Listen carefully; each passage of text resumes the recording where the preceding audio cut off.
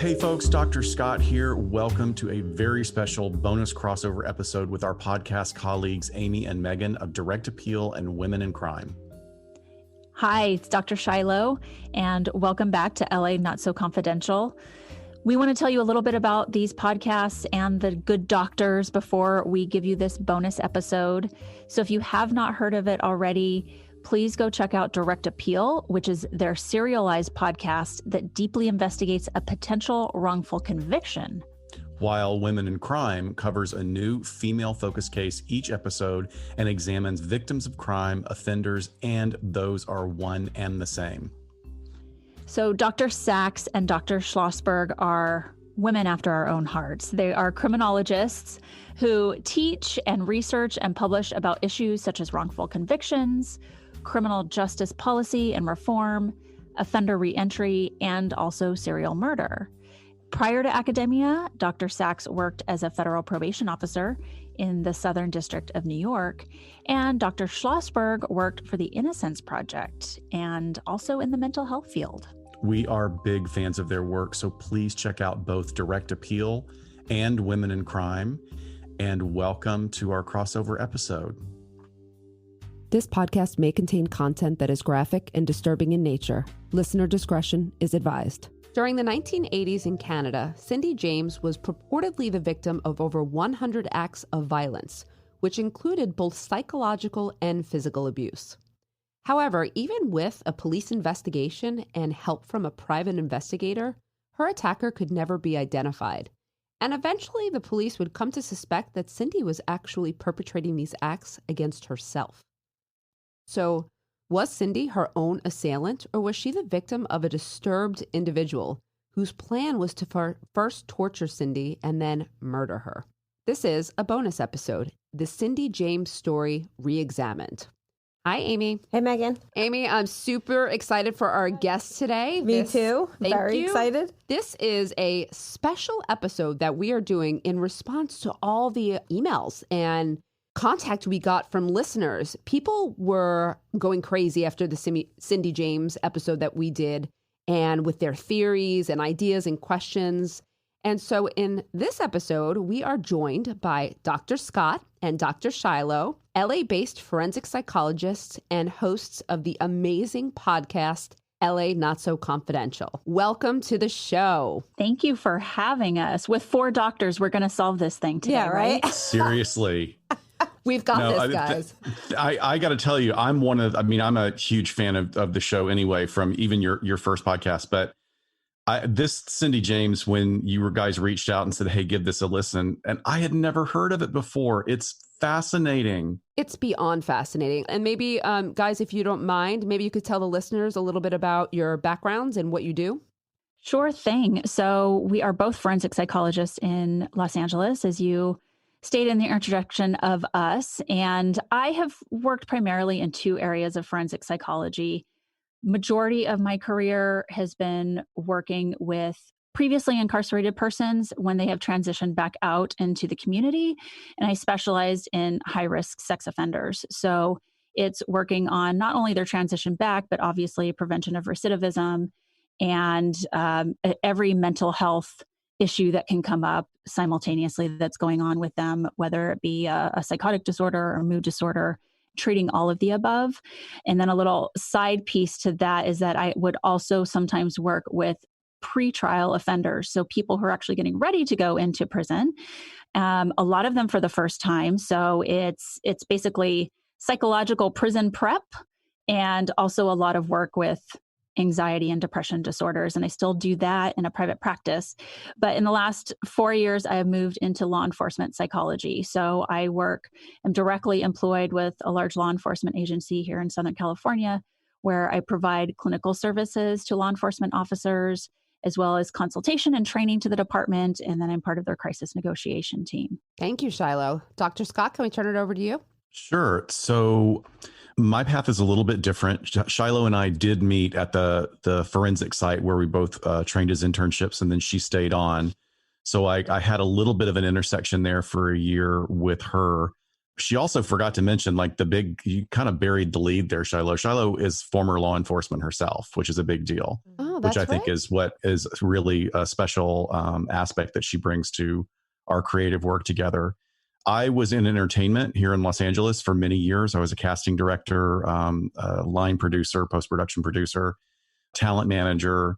And then when I moved into pursuing psychology, I really started out at the master's level and thought I would just be in private practice. And then I got introduced to the idea of forensics, and then went into a doctoral program that is a clinical program but had an emphasis in family forensics, like doing expert witness, family evaluations, custody evaluations.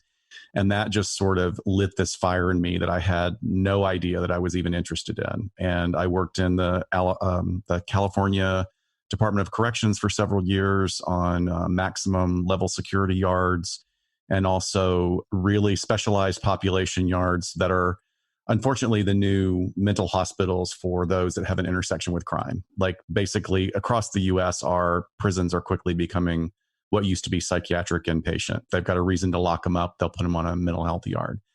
I did that for a few years. I then came back to Los Angeles and worked in the Twin Towers County Jail, or Twin Towers Correctional Facility, which is the largest jail in the world. That was an amazing and challenging experience. And now I work actually in a co-responder model with law enforcement to follow up in the community for high-risk individuals. So we pursue people that fall through the cracks to try and get them back into treatment. Sometimes we find the mentally ill from around the country and around the world, and we repatriate them to their homes because they are problematic to themselves and to the community here in Los Angeles. And we do things like threat assessment, risk assessment. We have a particular program that is fascinating where we really try and strongly intervene when an individual is identified to us that may be heading towards violent extremism, including mass shootings or mass bombings. The first thing we want to do is really see what we can do to diffuse the situation and redirect the individual before it becomes embroiled in the legal system. So and Shiloh and I have been really very, very close friends. Our families are very close, and this has been our baby for the last 3 years. And we've had a great time. I mean, I have to say, I love your podcast because you guys are so tight and we are not tight. We are 90 minutes of blabbing back and forth. So our listeners have a particularly strong constitution for listening to me drone on. I'm quite proud of them. Just because Amy and I have no patience. I love it. You guys are like the Ernest Hemingways of true crime. I love it. Well, thank you. We appreciate it. We love your podcast. And you two are really exceptionally qualified to especially shed light on this, by the way, on probably every one of our cases. Yep. But on this one, I can't wait. For those of you who haven't yet listened to this case, we covered it back in episode number 32. I'm going to give a brief recap today, but if you'd like to hear the long version, you may want to go back and listen to episode 32 of Women in Crime first. And what I'm going to do today is recap the Cindy James story, and then we're going to get input from forensic psychologists on their opinions about what really happened to this woman. This is a true mystery. Did you guys feel it? It was like mysterious when you were doing it? Oh, yeah. It's a twist and turn, goes back and forth. There's so many factors that could lend to either option here. It's so complex. And, and it's so complex. And also one of the things that Shiloh and I immediately commented on as we were going back and forth is that it's shrouded in time by maybe only a couple of decades. But what makes it more problematic is that the field of psychology and particularly forensics has come light years since that time. So, we're going to be saying, like Shiloh and I were saying, is like, we're not going to be able to give you any kind of definitive answers, but we do think that we can shed some light on things that are important factors as to what might happened at that time. Well, we'll take it. Or as Shiloh said at the end, the four of us will just solve this thing. But I would love that. Before we solve it, let me remind listeners a little bit about this case, just so you guys have a refresher here. So Cindy James was born in Ontario, Canada in 1944. She was one of 6 children, described as a very sweet, gentle, loving person. She was very focused both academically and professionally. Early on, graduated and became a nurse. She worked, if you recall, for a children's home, like children who had emotional disturbances.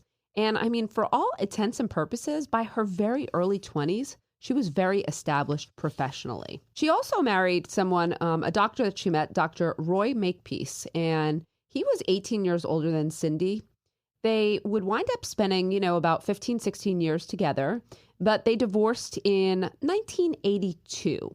And that's when the trouble began for Cindy James. In October of 1982, Cindy began calling the police department and reporting acts of violence committed against her. Now, we know that the first complaint she made was really just a prank. She said, someone's been calling me and pranking me, breathing heavy into the phone. She was a little bit scared, but this was, something that's happened to most of us, right? Most of us have gotten prank phone calls.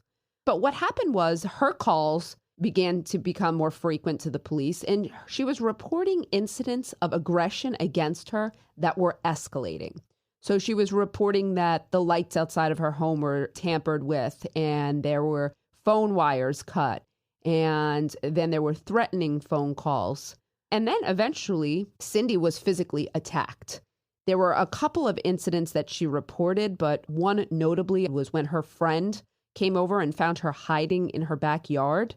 She said that someone had tried to strangle her with a pair of stockings, and she actually had the stocking hose around her neck. There was another incident where Cindy was found wandering around on a really cold winter night near a college campus with no shoes or coat on, having no memory of what happened to her. There were a couple of other incidents. One was, she was found in a ditch with pantyhose again, tied around her neck and suffering from hypothermia.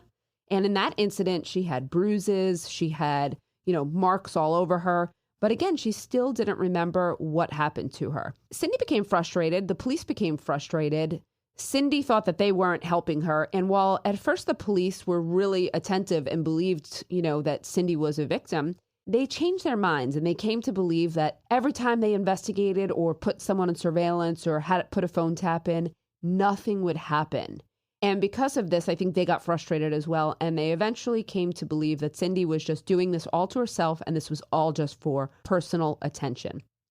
After that frustration, and after having, I believe she also was at some point, she spent some short amount of time, a couple weeks in a mental hospital. So after she was hospitalized psychiatrically for a couple of weeks, she also wound up getting herself a private investigator because she wanted help. She wanted help with two things. A, I think she wanted some level of security, but B, she wanted to prove to people that she wasn't making this up. She wanted help catching her assailant. And so she hired Ozzy Caban, and he had, provided some security for her. He gave her a two-way radio.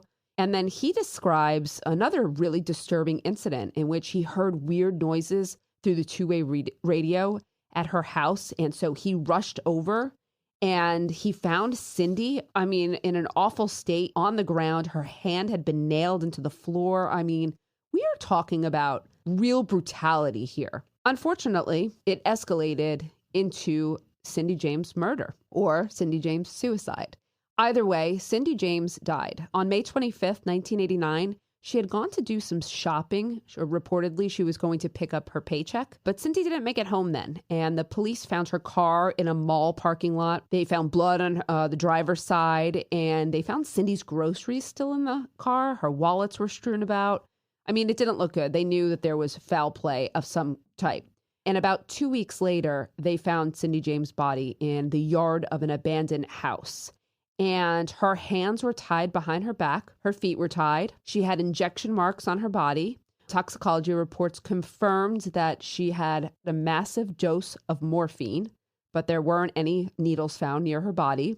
There was also, as there had been with all previous events, a black nylon stocking around her neck, showing strangulation. That was one of the common threads through every one of her attacks. The police believed that Cindy injected herself somewhere else and wandered to the site where she eventually died, that this crime happened at her own hands. They wound up having an inquest, a very long inquest, I think the longest one at the time in Canada. It was about 3 months. There were 80 witnesses, and at the end of this long, extensive inquest, the conclusion was, we still don't know. Cindy's ex-husband, Dr. Makepeace, testified. He was always considered a suspect, but they could not conclude that he was the perpetrator. There was also along the way a police officer that Cindy had dated, and I believe he was a suspect as well, which some say would have explained why there was never any police around when, Cindy was being surveilled or watched by the police because he knew better. But in the end, the truth is there's still a huge question mark over what happened to Cindy James. Now, when Amy and I did our original episode, we did this with the help of a student. And so we had read what all, her opinion was, and we discussed ours. And our student Kelly's opinion was that Cindy was doing this to herself and that she likely suffered from factitious disorder, otherwise known as Munchausen. We also discussed the idea that Cindy had dissociative identity disorder.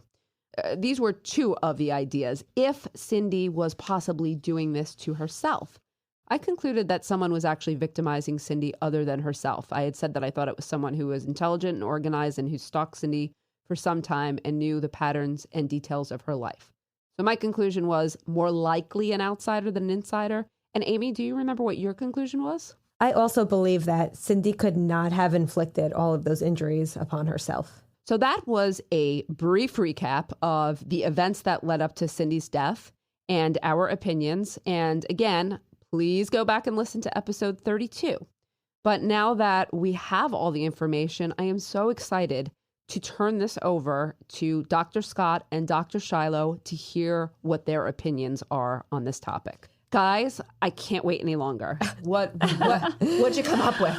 Wow. More questions and answers, maybe? No. Yeah. I think with anything like this, I kind of start with this mind map. Okay, let me simplify it down to a couple of options, and then let's sort of go out from there. And really, we're looking at an option of either Cindy did this to herself or somebody else did. So I want to start with kind of the option of wrapping our minds around her actually being able to do this herself. Okay. We have looked into this before in this sense of people who falsify their own attacks, because I think that's really hard for the general population to understand, like, what could bring somebody to do that. But it does happen. It happens a lot. There's several cases out there. And there's always some sort of goal or need that is being met for this person. Definitely attention is one of them. It's not always attention, but attention is one of those that just seems so unrealistic to others. But for that person, it's worth doing these acts. Usually when attention is the goal, it could mean a lot of different things for the person. It can mean that, they're trying to get a need met of not feeling seen by others before. Mm-hmm. Maybe they are truly victimized in a different way, and they're feeling that never got justified. So now they're trying to create a situation in which it gets remedied for them. Another reason that people falsify their own attacks, and we really looked into this when the whole Jussie Smollett case happened, mm-hmm. because people were just like, their minds were blown of how that could happen. Right. But sometimes it's for benefit, and benefit could also mean a lot of different things. It could mean an alibi. If I say that I was kidnapped and held over here, then it means I wasn't over here doing this thing that I wasn't supposed to be doing, not necessarily criminal. But it could be to gain sympathy. It could be treated nicely. We know people fake entire cancer diagnoses to have money and potlucks thrown for them and candlelight vigils, and they go far. Oprah Winfrey did this as a teenager. Have you ever? She's very open about it. Like she tells it anecdotally on her show that when she was like maybe 11 or 12. She had to get glasses, and her mother would not buy her the frames that she wanted. So she broke them and then kind of like turned all the furniture over and knocked the bookshelves over and then laid on the ground. And when her mom came in, she tried to convince her that, some crazy person came in here. That's amazing. Broke my glasses. And her mother was not having it at all. I love awesome. Oprah. That sounds perfectly reasonable to me. Yeah. I don't know about that. That's amazing. Actually, going back on track, I just want to ask a question about this. Did Cindy James have any history of attention seeking that anyone saw? Not that I saw. No. No, okay. As you're giving potential explanations, I'm trying to see if she fits into any. That's one of the challenges. Like if we had extensive interviews with family and friends that could shed light on that, you could see from like childhood, was there a groundwork for this being laid? And that's what's so tantalizing about this case is we don't have those things. So we're trying to fill in some of the spaces like Shiloh's doing right now. If we were doing a psychological assessment, that we wouldn't just go with Cindy's story. Of course, we would want that collateral information from other people and fill in as much as possible. We just have what we have to work with here today. So that's why I say it does end up creating more questions. But what we found with our previous research and looking to people who fake their own attacks for whatever reason, and of course, sometimes it's monetary, insurance benefits. For those who falsify hate crimes, sometimes they really are suffering some sort of harassment, but then they up the ante because they believe it's not being taken seriously like it should be. Right. And sort of stage something for themselves.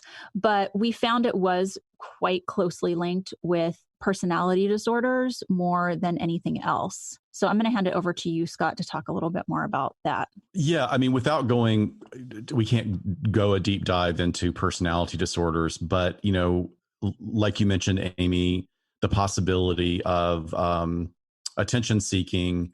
We have histrionic personality disorder, which usually is characterized by overt sexuality as a means to get attention or very sort of overblown dramatic presentation. But we also have borderline, and borderline personality, really there's a big overlap with a lot of the behaviors that happen. But again, we just don't have enough information. I will say for me, the things that do put a pin in the possibility of this is there's indicated from your podcast and from what I read that there was a history of abuse in the family, that she had a very authoritarian, not authoritative, authoritarian and overbearing father. That sends up a red flag for me. And then there's the possibility of really harsh capital punishment when she was a child. So what does harsh capital punishment to a child mean to us in 2021? It is very different from what it would have been defined as in the 80s, right? What some authoritarian parents have been getting away with up until the last decade or so has been really rough. So if we do lay the groundwork of possibility for her to have trauma in her early years, possibly underlying issues as well, like if there's a genetic predisposition towards personality disorders, or possibly even some psychosis, those things could have developed down the road.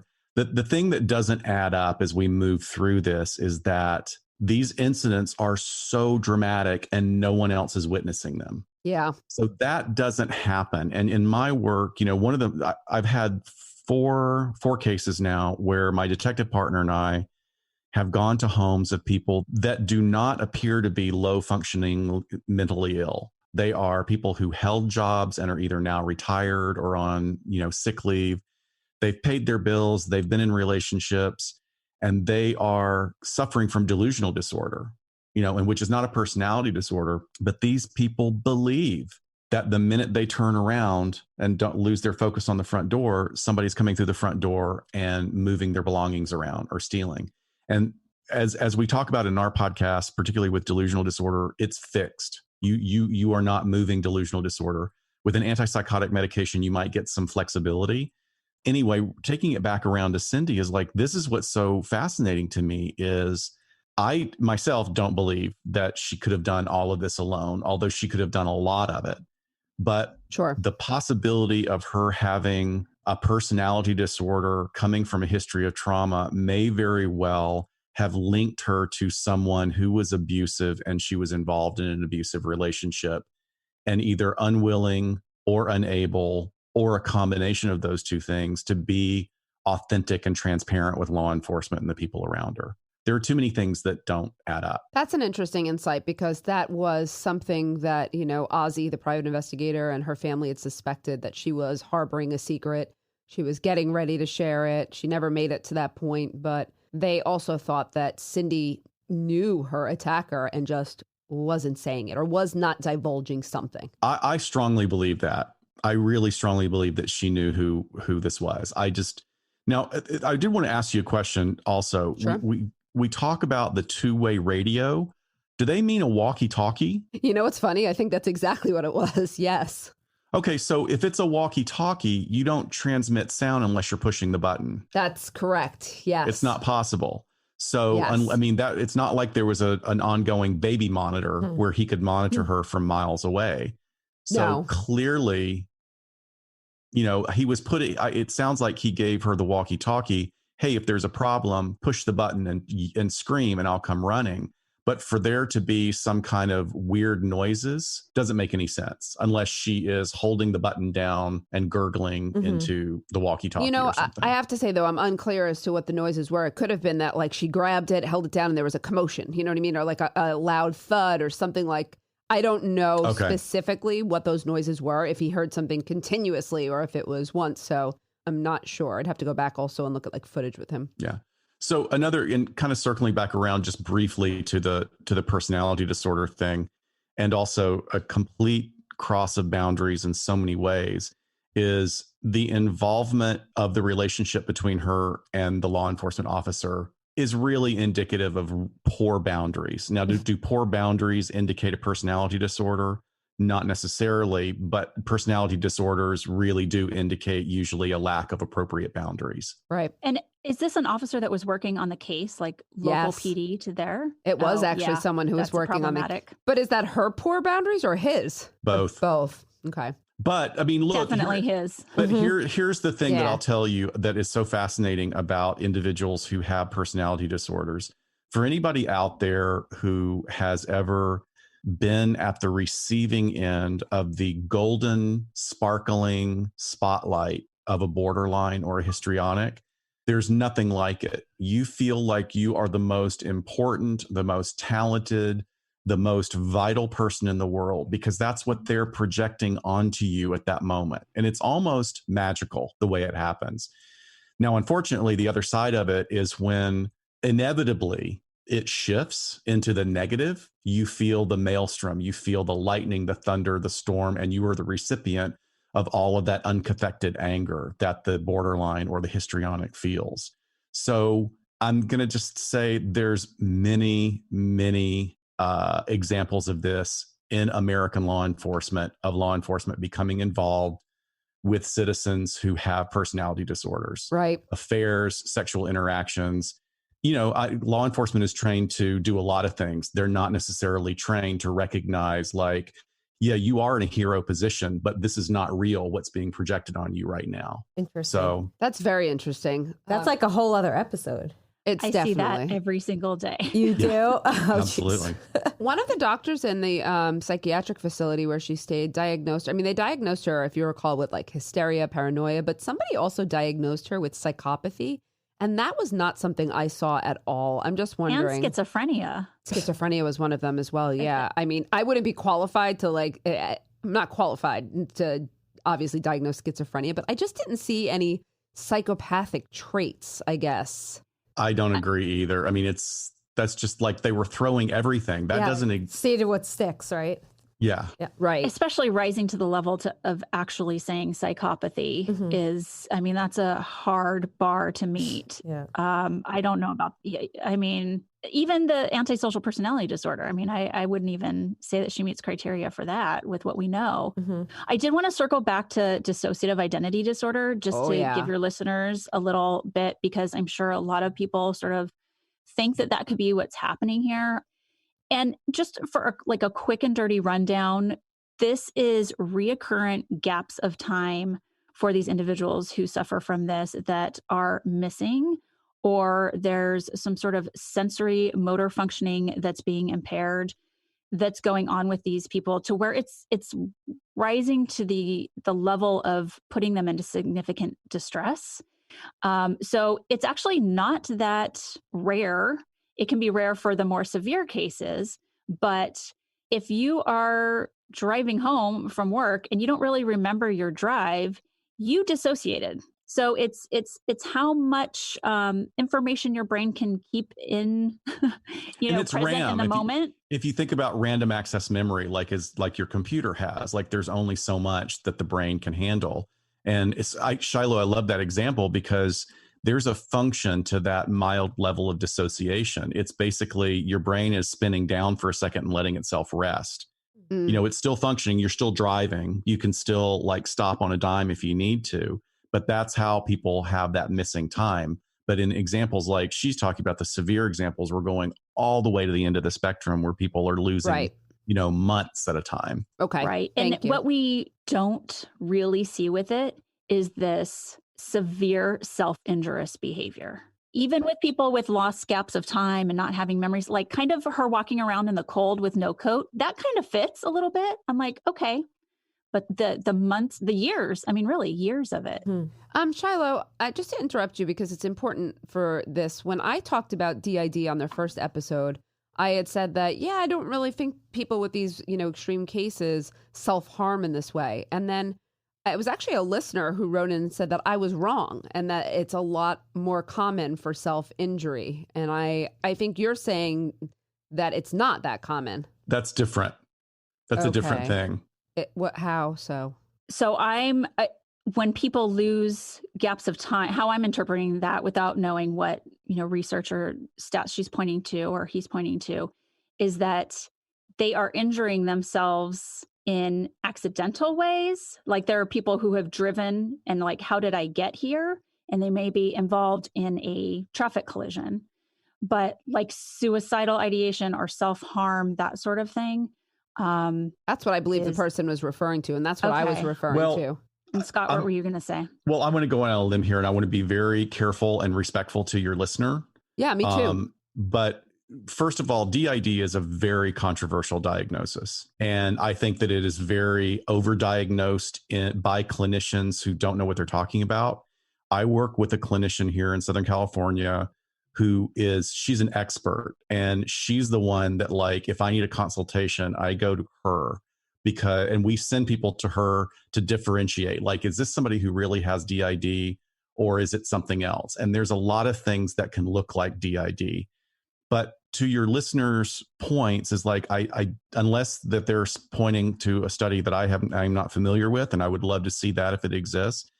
But the idea that an alter would hurt their host is very, very like uncommon. That's exactly what I had said. I thought they were there to more protect the host. That was my point as well. Right. Because self-harm serves a purpose. The alter doesn't try and hurt its own host, no matter what the level of anger is. A person self-harms in order to relieve psychic pain. Right. Okay. It serves a purpose. Got it. So now this person may be citing that anecdotally, and they may have a personal experience with themselves or a family member or something. So I'm not saying that it can't happen, but I will say this: if they point you towards research, please send it over to me, because we are always looking at whatever is new. Yeah, I certainly will. Thank you. And sorry, Shiloh, I didn't mean to cut you off when you were going to DID. I just didn't want to forget that question. No, not at all. And I just want to piggyback on that the biggest lesson I learned a million years ago was that there are no absolutes. We can look at statistics and say statistically, it's more likely she's doing this to herself than some, deranged organized offender is doing that to her. But is it possible? Of course it is. Maybe we just don't know this level of this person. Because I was saying, like, well, is she the only one? Was there any other women that were being attacked in the area this way? Did this person just pick her and then just stop? Yeah. Good question. Who knows? But I lean more towards what the majority of the research says, what's more likely, especially in these cases. But there's always an outlier. But DID is, we said this a little bit, but DID is also a common response to trauma as well. So we saw this with the documentary, The Keepers. We've seen this in lots of different areas. Every made-for-TV movie about personality disorder, there's a trauma there, but there's a kernel of truth to that. So they're essentially, some people are, the dissociative state happens because it's self-preservation again for the psyche, but some people are actually experiencing not being able to remember that because they don't want to either. So it's all about self-preservation. It's how our brain functions and works to protect us. This might be a silly question, but with DID, do people usually suffer a traumatic event as a child and then this emerges in adulthood, or typically a trauma happens and then it's more of an immediate response? It could be either one of those. I mean, what we're seeing a lot in, what we understand now in post-traumatic stress syndrome, which we're trying to follow the UK model of not saying disorder, but saying syndrome, as a means to not stigmatize that condition, is that, a person who is functional on every level, but then goes through a horrific series of chronic tragedies, such as our soldiers or our law enforcement or, someone who's been sex trafficked, then absolutely. I mean, we see that basically in people. If you've been trafficked and you're forced to endure, being raped multiple times, you're going to dissociate. That's going to keep you safe. And Right. You may have had a wonderful childhood up until the point that you got pulled into trafficking, or up until the point you had that officer involved shooting, or up until the point you were on the battlefield nonstop with IEDs going on around you. But that's a great question, but I think it can be both. But certainly what we do understand for the rare and severe cases of DID that do end up in prominent alters, most of that is coming from childhood. Because she didn't have a ton of trauma. Well, we don't know. Well, we don't really know. It was reported, remember, that her father was, she said that he was abusive. She had told, And I guess- Dr. her husband that. So we don't know what level of abuse, but her perception. I was going to say it's all was that subjective. She was Yeah. abused in some way. And that could have been traumatic regardless. Yeah. And look, this is going to sound, I'm probably going to get some hate mail on this, but that was a really large age gap in that relationship. Mhm. Yes. Now, and if it was just the age gap or it was just the trauma, it wouldn't be significant to me. But I'm just going to say that's notable to me, that it's a combination that she asserts that she had this experience in her family dynamic. Mm-hmm. And then she picks another wealthy, successful authority figure who's much older than her. Yeah, no, that definitely hit me as well. Yep. Let's look at option B here. Let's talk about if this was truly either a stranger perpetrating this crime or somebody that maybe she knows a little bit. What stands out to me that kind of fits in line with this is what is happening to her, if we're assuming that perspective, is that it really does fit in line with what we know about stalking behaviors. So stalking is not about one action. That's why it's so hard to make a stalking case, but it's about a combination or multitude of behaviors that the perpetrator is inflicting on the victim that creates sort of the perfect storm to be able to say, okay, this is stalking. They are being victimized and harassed to significant distress. So it's repeated, it's persistent, Right. it's intrusive. So it can be illegal means of all of that, but it also can be just kind of multiple forms of harassment that feel little, like if you take them out by themselves, Mhm. where they're just annoying. But when it becomes that cluster of activities, and that's what we're seeing here. I mean, it started it's almost a perfect escalation with how low level it started and then went up level by level by level, eventually years down the road leading to her murder. But the hallmarks of stalking is that the perpetrator wants to evoke fear and distress in their victims, as well as a sense of a loss of control over their lives and their environment. And I think this is picture perfect for that. Can I chime in then? Okay. Please. So everything that Shiloh says now, except now, if we just change one aspect, we make it an agreed upon or consent relationship, because there are some consent relationships that are abusive and toxic. And we do have evidence. And in fact, Shiloh and I, in one of the case studies that was used with us in our training at the forensic site, is almost an example of what we're, in fact, actually way more physically abusive with way more significant wounding, where a person has been drawn into a BDSM relationship with a master and who has coerced her, like, I own you. And some of the things that we were like, this particular case study was like jaw dropping and more common than it should be. I'm not going to say it's common, but like this was an example where in looking at Cindy's case, there are so many things that she could not have done alone, but it doesn't make sense unless the guy had unlimited resources. I mean, when we think about the person who really everybody thinks about as being responsible for the Black Dahlia murders, this was a rich individual. If if he is the actual murderer, he was a wealthy, powerful man with fingers in literally every level of LA society, law enforcement, and the judicial system. He had the money to cover his tracks and do anything he wanted. So, like Shiloh was saying, is that possible that someone could have stalked Cindy to this extent with all of these resources? It's possible, but it's really not likely without some kind of consent, which I think is what her family and friends were picking up on at the end. Yeah, that she had more information. She knew someone, but she was scared. Right. So that is kind of almost theory C, is that it was somebody that she knew, that she was in this BDSM arranged relationship with, and she was a willing participant, but maybe also mashed in with the attention-seeking piece because she's letting law enforcement know about it. And we should be very clear that, like, both Shiloh and I, in all of our work, we are very sex positive. Mm-hmm. And, you know, the vast majority of BDSM relationships are very, very healthy because the boundaries are very understood.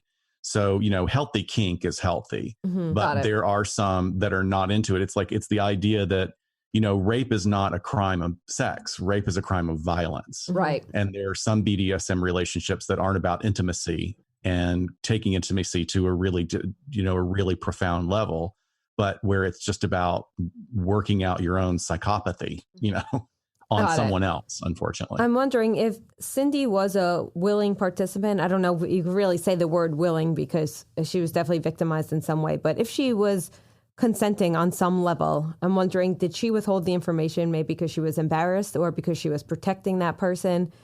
Any thought on that? I think it could have been all the above. And even, you know, if it went to the level of her changing from consenting to victim, like the case that Scott and I had a little bit of involvement with, that she became fearful of this person, that if she does tell, that he could kill her.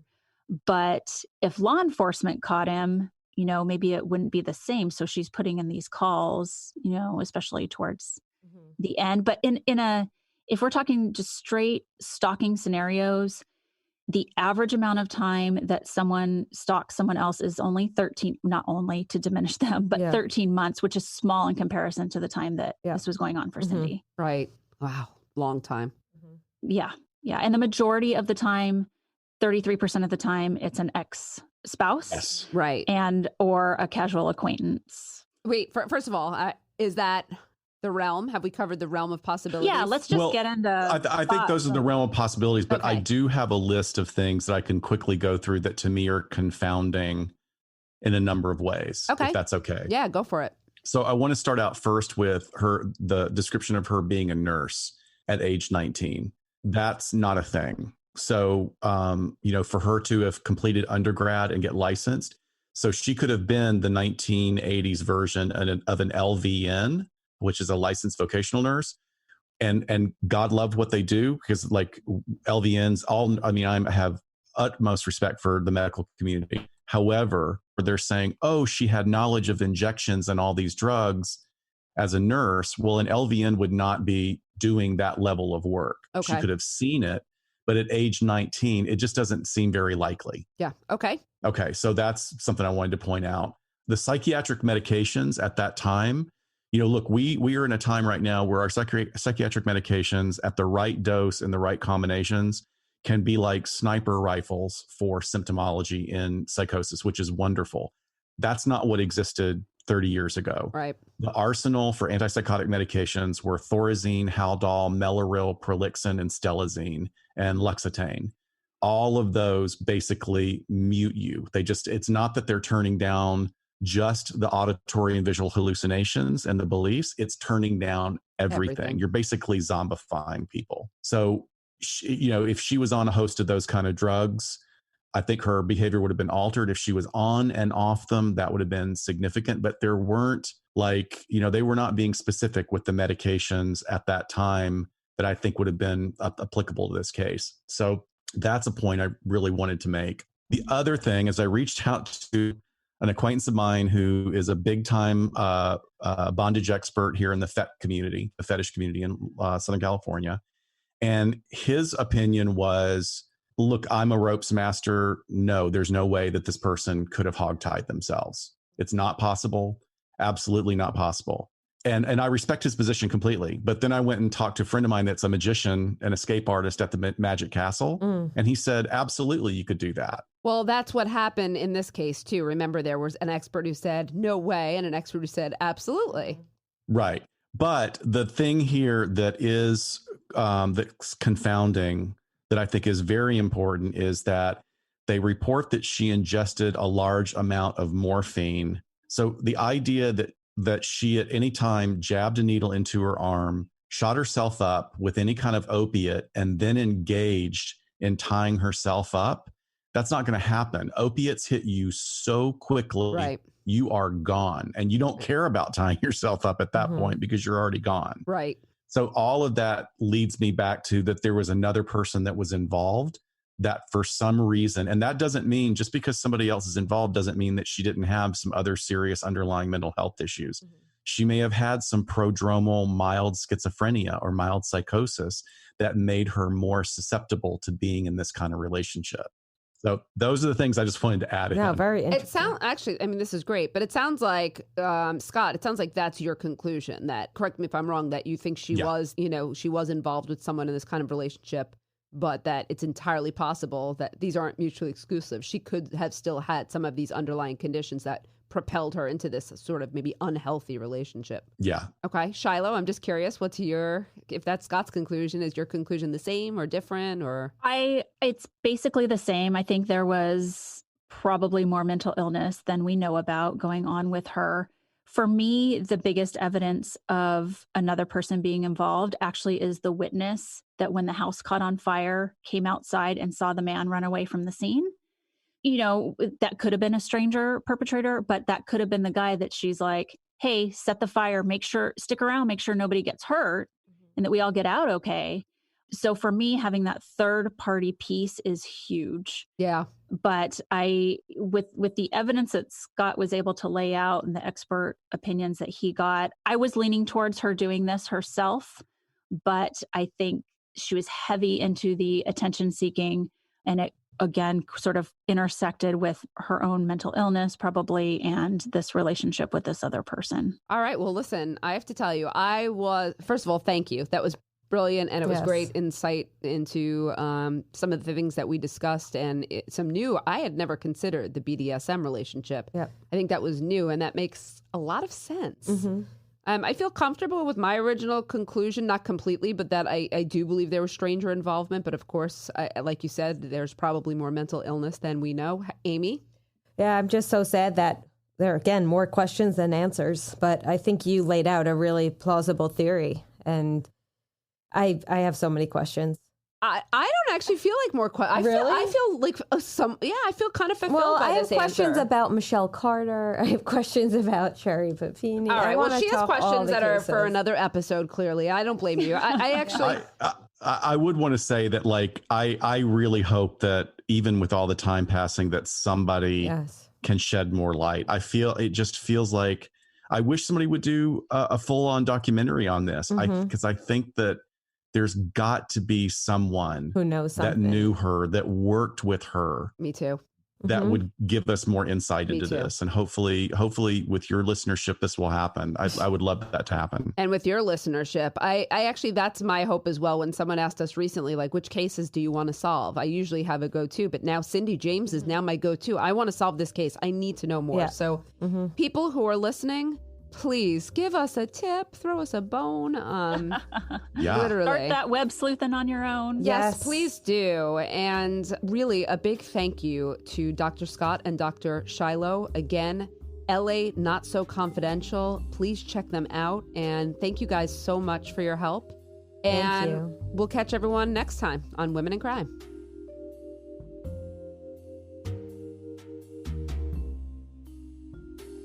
We sincerely thank you for spending some time with us today. LA Not So Confidential is part of the Crawl Space Media Network, and each episode is hosted, produced, and edited by Dr. Scott and Dr. Shiloh.